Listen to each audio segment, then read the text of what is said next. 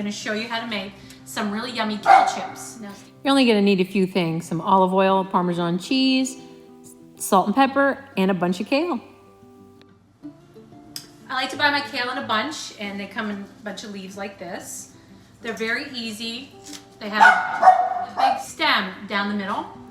You don't want that, so you want to get rid of it. All you need to do is hold here and just pull away from it. People get complicated, say you need to use a knife, you need to do this, do that. No, you just need to pull it off, and then you have this and no stem, okay? Do it one more time, just hold it and just pull it off, just like that, okay? So, you just need a cookie sheet with a tin foil. You're gonna cut these up just kind of rough chop, okay? Just a couple little.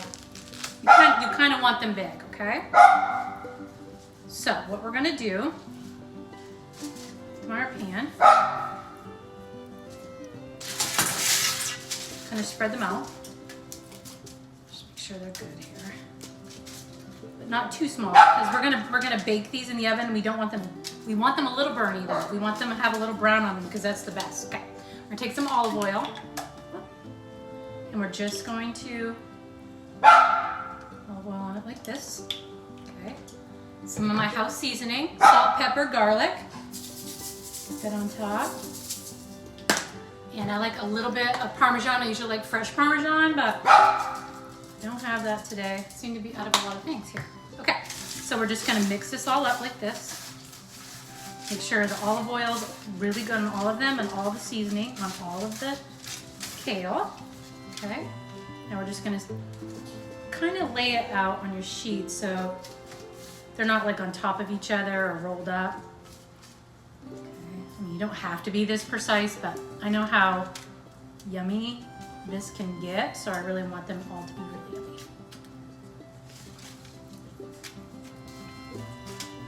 I'm just gonna lay it all out like that. Okay, and now we're gonna bake it in the oven. 400, I'm gonna say for 15 minutes, but I'll let you know for positive how much.